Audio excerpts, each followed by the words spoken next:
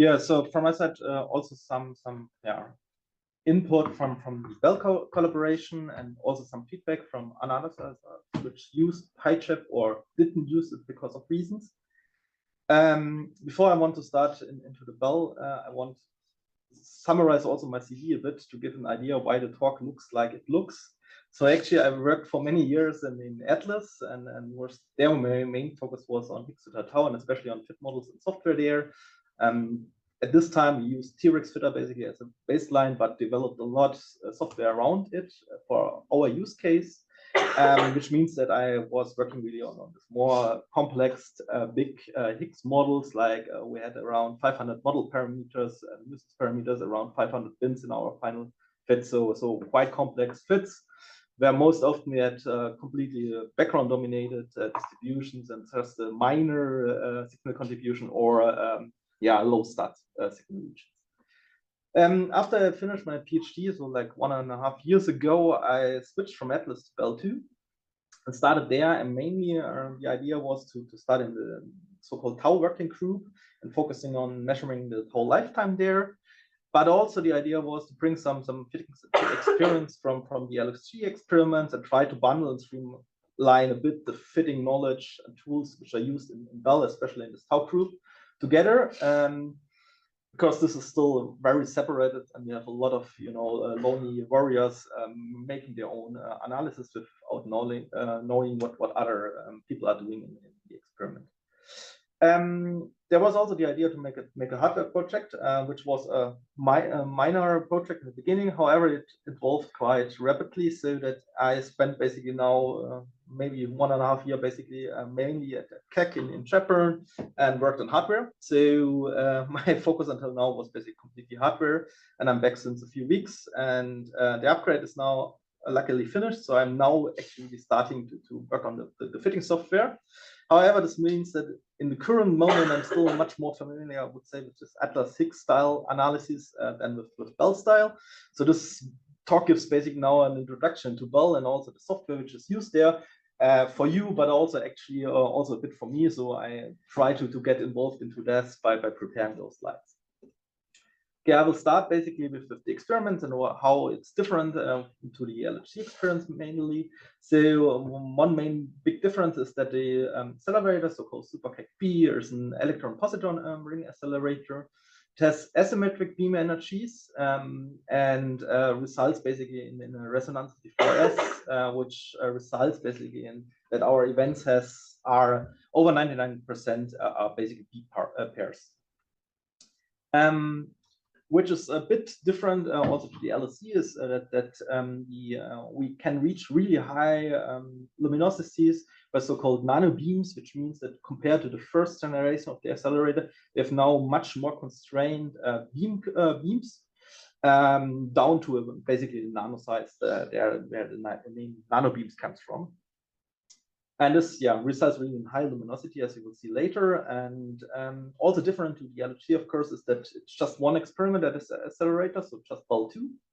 And also a technical feature which is different to the LHC. So actually we can fill the ring during the operation, means that we have a short term where the beam is a bit more unstable when we fill new particles in. However, we don't have to dump the beam and refill the whole accelerator, which makes also the data taking much more continuous than in the LHC.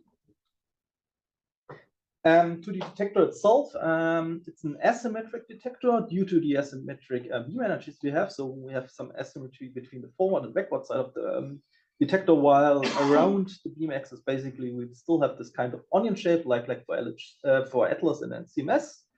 And similarly to this detectors, we have basically in the middle vertex detector, then the tracking and particle identification systems, calorimeters, and then some specific detector part for Cal-longs and muons. One example for the asymmetry is, for example, we have this kind of Cherenkov detector called average, which is basically here on the forward side. It's on the forward side, but it's not present on the backward side, since we expect basically to have a more boost of our events to the forward side. So we have to coverage here, especially closer to the beam. Due to the basically known center of mass energy, since we have an electron-positron collision, and also that we don't have hadrons in our collisions, we can actually have very clean event environments. Here you can see an event display, and actually also resolve individual pions and photons, meaning that these kind of chat object. Can you slow that just a little bit? Okay, yes, sorry. Thank you. Which means that this kind of chat object, which is used at Atlas and CMS, is not present for us. We just reconstruct pions basically. Now to the data taking with this detector and this accelerator. So we had basically 1.1, which was from 2019 to 2022, and we collected an integrated luminosity of nearly 430 inverse femtobarn, and actually largest luminosity we could reach was 4.7 times 10 to the 34. Which is actually a world record of luminosity which was achieved there. However, the target luminosity or design luminosity of the accelerator is even 1 magnitude higher. So there's still a lot of room to gain, basically. We had since 2022 basically a long shutdown until the end of this year, basically, to upgrade and maintain a lot of detector parts, and also actually the beam pipe and then the accelerator itself. One major project, for example, was replacing the pixel detector in the most inner detector, basically, but also, for example, modify the beam pipe at the index point. The next run will start actually next month, and for 2024, we have actually the goal to reach around 150 inverse femtobarn of data per month. So quite a lot of data which will come up basically next week. To the coloration itself, so how big is it? So we have around 1,200 members, which is already quite huge, I would say, for an experiment. Of course, not compared to Atlas and CMS, but to others. We have around 27 countries involved and 124 institutes. And we have a strong contribution, of course, from Japan itself, where the detector sits. However, you can see that nearly half of the members are actually from Europe. So we have really also a strong contribution from here, Central Europe. Now, which kind of physics can we do with Belle? So this is rather broad also. So we have basically 8 working groups focusing on different topics. We have, for example, like standard model precision measurements, like in tau physics or rare B decays or charm physics. But we have actually also searches like in the DAX group. We published until now around 30 analyses, which is not that lot compared to most of the LHC experiments. However, around 20 of them were actually published this year, which already shows you that it's basically now ramping up. And the goal is actually starting with next year to have around 40 to 50 publications per year.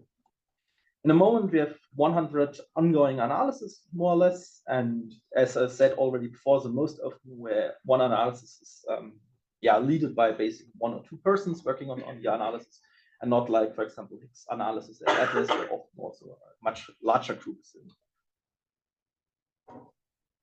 Coming to the software part, so basically there's a central software so-called BASF2, which is a framework which is used basically for all aspects of the data processing. So generating simulated data, also unpacking the real data, real raw data, the whole reconstruction, but also high-level analysis reconstruction like vertex fitting or already applying some first cuts. However, what it's not used for is normally the offline analysis steps like histogramming and fitting.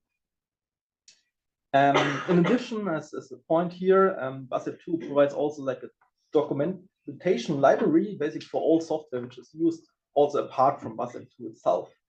And there's actually also a section for beginners, like offline analysis, and there's a subsection of fitting, and actually there's still a work in progress side.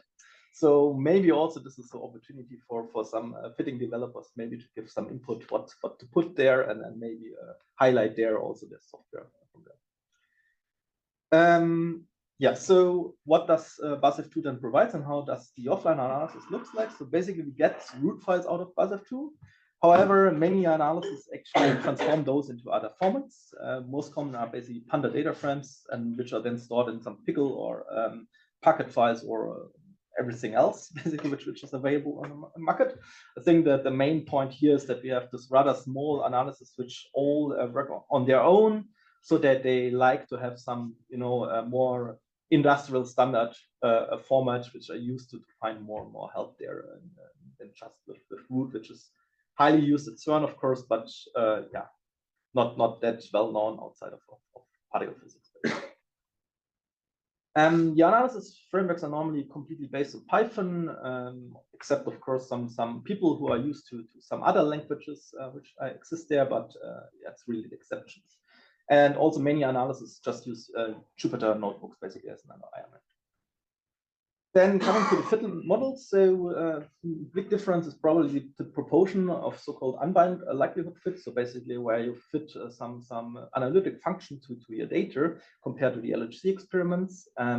This can be like peak structures with some linear background, but it can also be a much more complex analytic function, like here on the right side, where we calculating tau mass actually out of this edge basically in our data.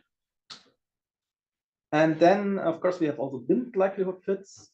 Here we have really single bin, also multi, so single POI, but also multi POI fits. So, for example, here on the right side, we have an example where basically in one fit, the differential area was estimated on the left side, basically for involving an electron in decay, on the right side, including a muon in decay, and basically both branch fractions were basically simultaneously estimated out of all of this, which you can see here.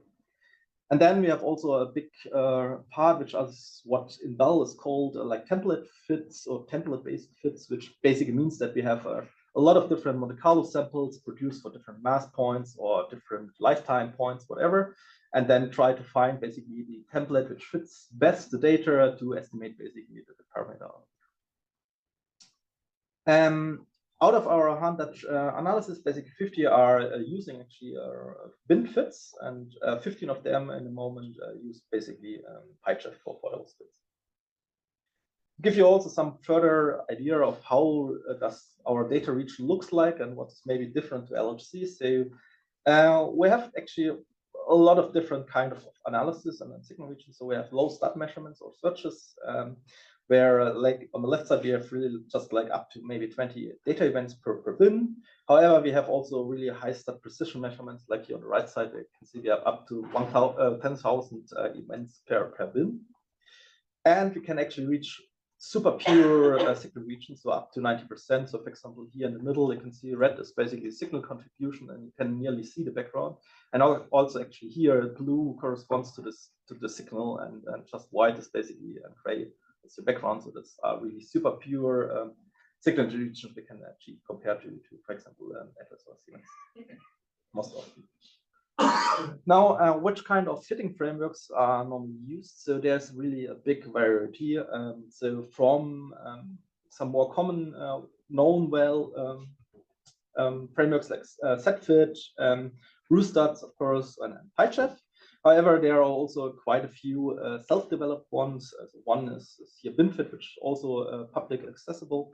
So there are really a lot of different frameworks in the moment ongoing. As I said, 15 out of 50 use PyHF, but the others are really spread across all other frameworks. So I want to give then also a bit more detailed introduction to one analysis, which just was also published a week ago, which used PyHF actually, which was the beta plus to k plus mu analysis,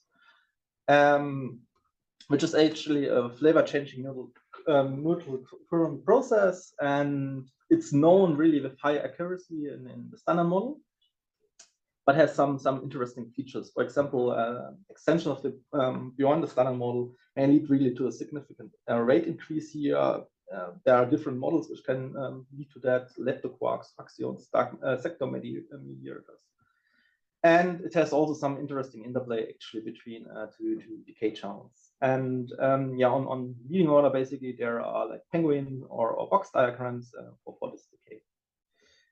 The analysis use two different sub-analyses, basically, with different tagging, where one is inclusive tagging, which is a more modern and new method, while hadronic tagging is basically a more older and well-established method, which was mainly also used to have some consistency check. However, also the overlap between the two tagging methods is relatively small, so that also a combination of both was possible. So how does the fit look? I mean, for both technical methods, it's more or less the same strategy of the analysis. We have a two-dimensional signal where one dimension is basically given by the squared mass distribution of the neutrino pair, here Q square rec. And the other one is basically the output of some BTT, which is of course a bit different for the two taking methods, but in principle the same idea. And then you have basically control regions here on the left side visible, and on the right side signal region, both now for the inclusive taking analysis. And out of this, we basically then extracted the signal. To give an idea about the size, basically, if you combine both analyses, we have around 174 bins and around 63 nuisance parameter. Of course, that's not too much compared to Atlas and CMS. However, it's actually one of the most complex models I have seen so far in Belle. So that's basically what's the maximum we are treating with. And of course, since it's a really precision measurement here, extensive background and systematic studies were basically ongoing. Then also to give you an idea of the result, which was also quite a nice result, I would say. So basically, 3 fits were done. So first, one separate fit for both sub-taggings, and then a combined fit. And for the combined fit, could reach actually an evidence of 3.5 sigma for the branching or for decay mode.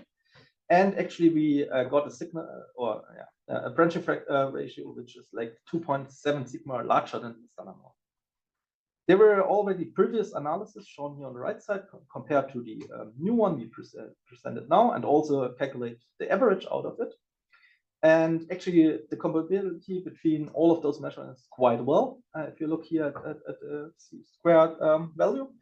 However, you can also see that even this average estimated is still like around 2 sigma larger than the standard model. So it looks like this is really an area where something could happen. So it's really nice to see this result. And one important point actually here also maybe for the community here is that actually the paper or the analysis team want to publish basically the full pyhf model, and after this paper is also accepted by the journal. Now, as a last big point, I want to give also some feedback from the collaboration basically to the developer. And so this is really feedback coming from the Belle II community. So I basically collected via a survey feedback, where one survey was sent out to the group conveners, so our 8 group conveners, and one was directly to the individual analysis.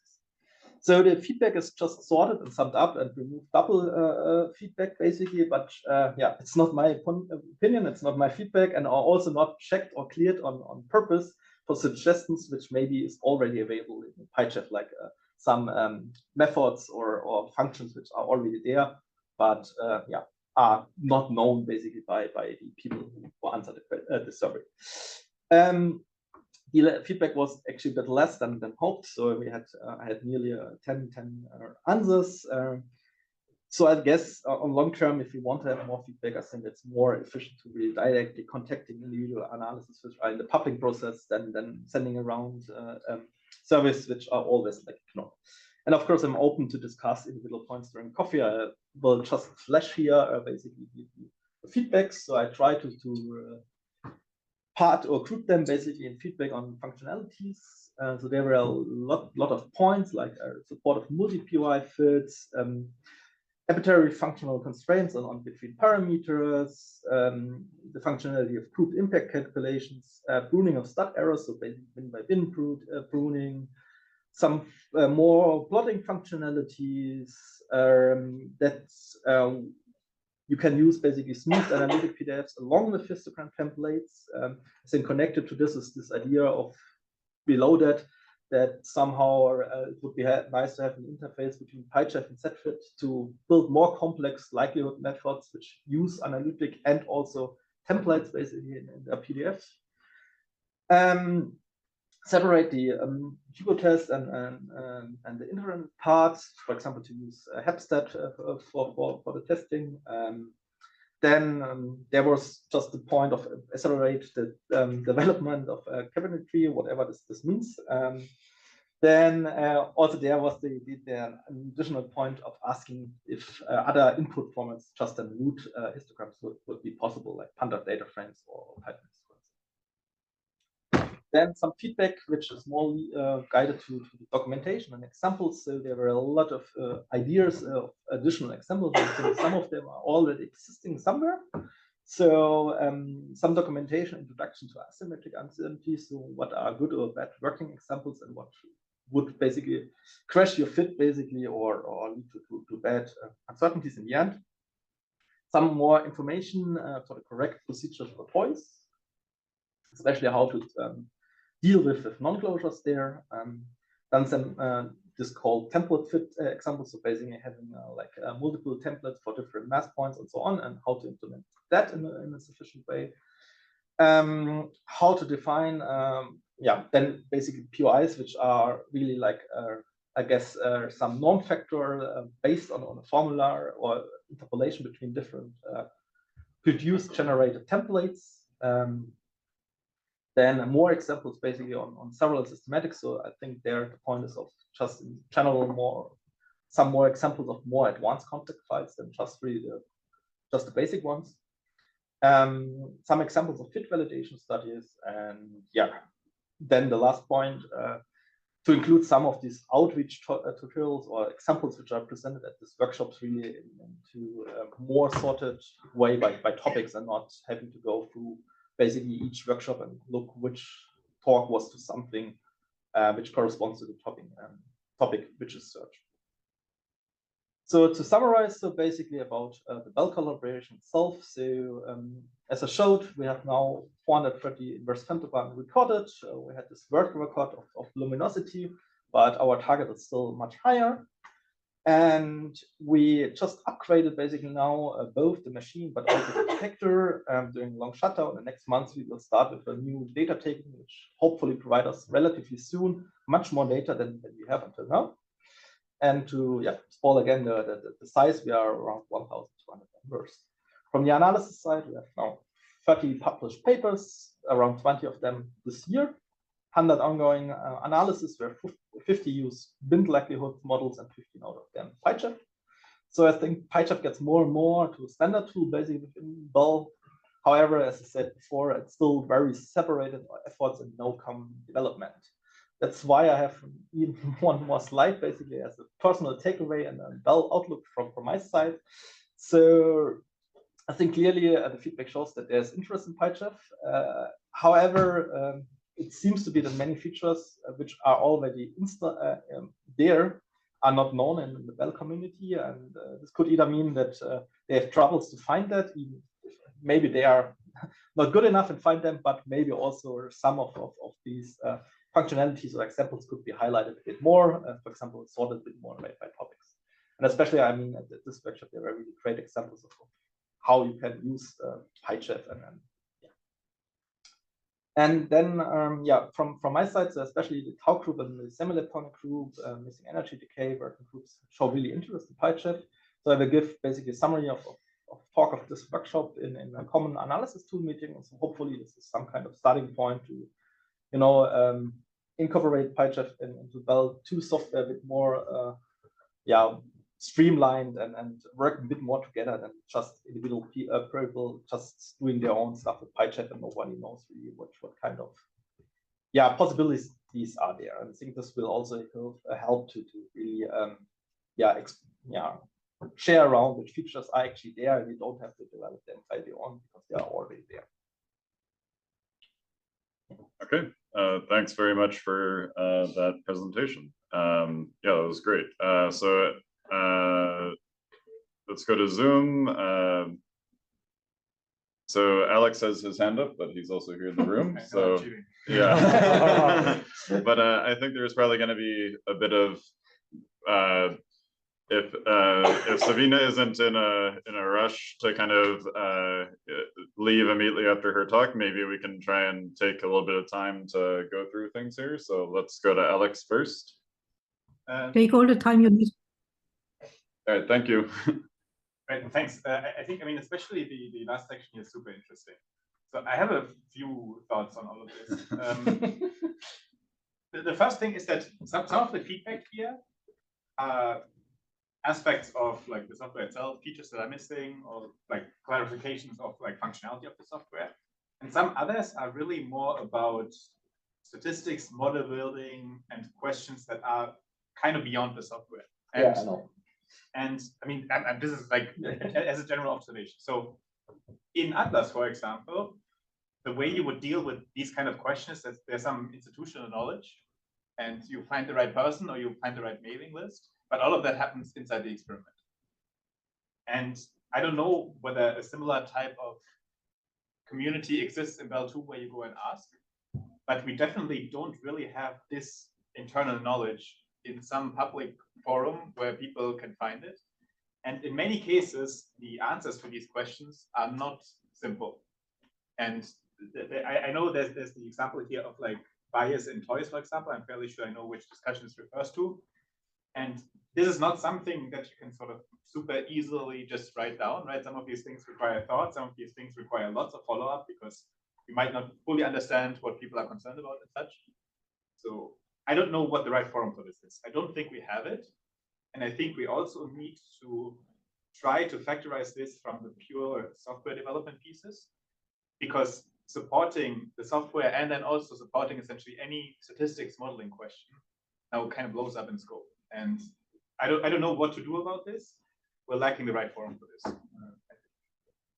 Well, you could think of like the PyHF issue, the discussions for some of these as a good place to talk about it, even if it's some level software based, but also more statistic. It could fit in the discussions if it's something that could be seen as how do I do this with PyHF?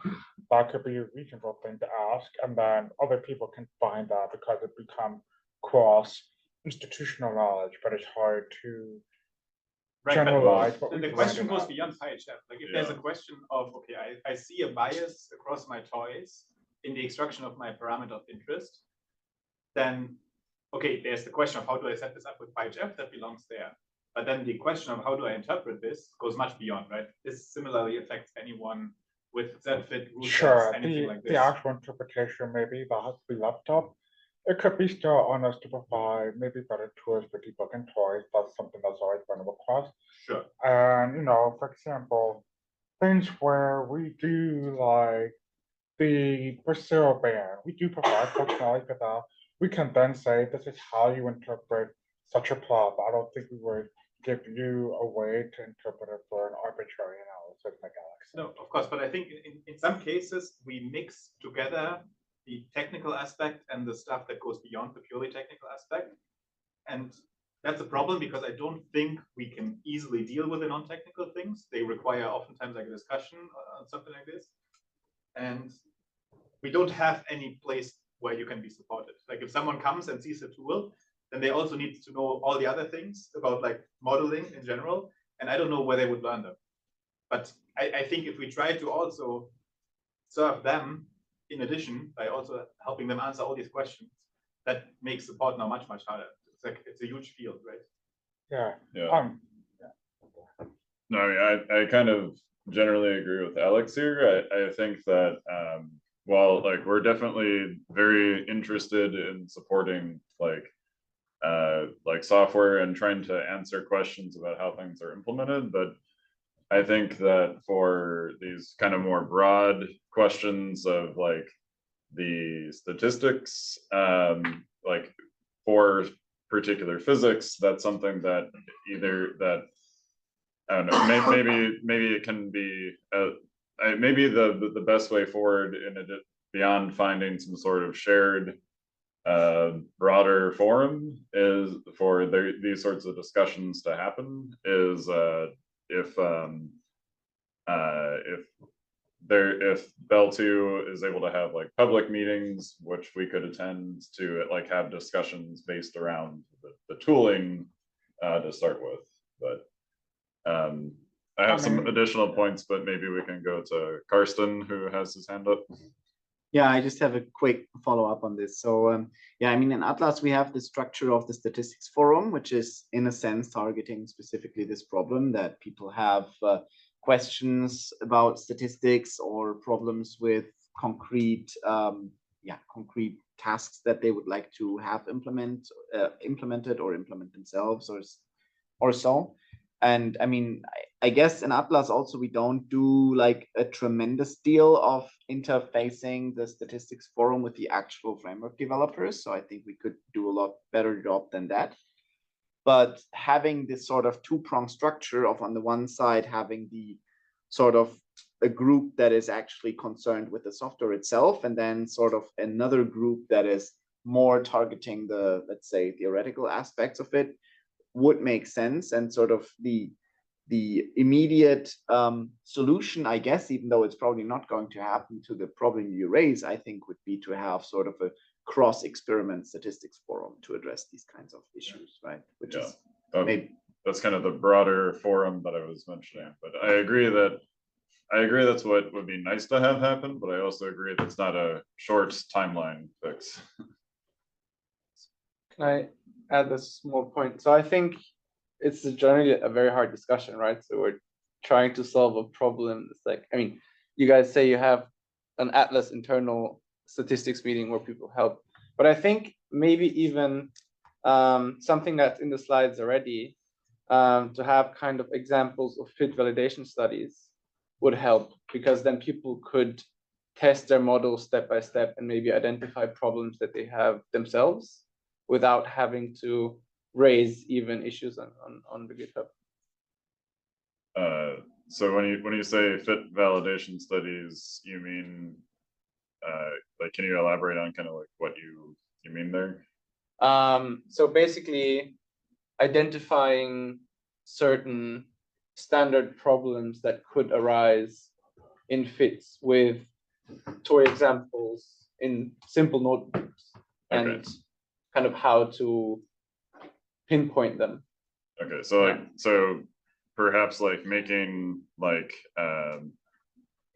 designing pathological examples and then trying to step through them. Yeah, That's how I describe it. Like, I mean, this comes up with Alex sometimes, discuss this, like common reasons why your workspace is poorly designed, such as, for example, running into negative yields every quick check. These are things that we've always said that we want to try and make like a list of, but there's only, 3 or 4 of us, and then we just end up with. I would say the suggestion here would be Belle II, the experiments should contribute or be more vocal on at least the issues of discussion, so at least it's there. And it'll help us try to, at least we can then collect some things written down, because at the moment, if it's over emails or Skype chats or Slacks or presentations, it's going to be much harder for us to find and collect when we end up having time to actually write out documentation, which, Mouthy very much loves to do a lot. Interesting way of saying that. But so let's go to Kyle for his comments, and then in the interest of time, to make sure we have time for Kyle's talks at the end, maybe after his comment we can move on to Sabina's talk.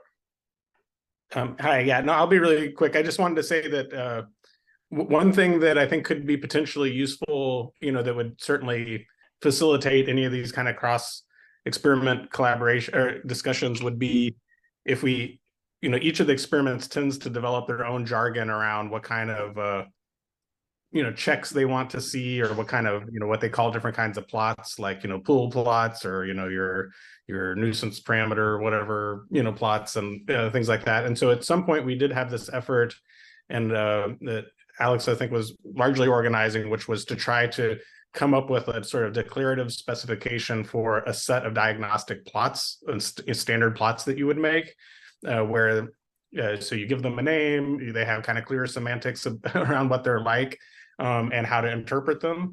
And I think that something like that could be an interesting thing to try to revive a little bit. I mean, it's already there, but if we did have like some agreement of, here's a type of plot, what does it tell you? It's almost like, the kind of discussion you see around like visualization, like why should you make this this plot, and how do you interpret it? If we put some effort into tools that did that kind of thing, and that was shared a little bit among the experiments, it would make it a lot easier to kind of share knowledge and have those discussions. Yeah. I think Alex has linked in the Zoom chat both some older documentation as well as the specific, the specific kind of things that Alex has worked on before. So, but yeah, I think that's a very good point, Kyle. Okay, so maybe just one final question. Are you going to be are you around tomorrow and Thursday, or to maybe discuss some of this a bit more? Yeah, so tomorrow for sure. On Thursday, I'm basically around, but was not planning to attend the full day. Okay, well then we can, well, since tomorrow is basically all discussion, then it seems like we can probably have a lengthy discussion about this then. And also for some of these, we do have issues filed for some of this already. But I don't know how you prefer for us to give you this feedback, or at least link you to whatever exists, and then open up new issues to whatever is missing that we haven't never. But I don't know, what's your preferred way of doing that? Well, maybe we can take this offline for the sake of time, but As I said, I mean, it's just the feedback I got, and I know that some of the points are for sure already solved. Yeah, but we appreciate that, you know, you are the messenger, and that while some of these might be points that you agree with, you're also just presenting the collaboration. So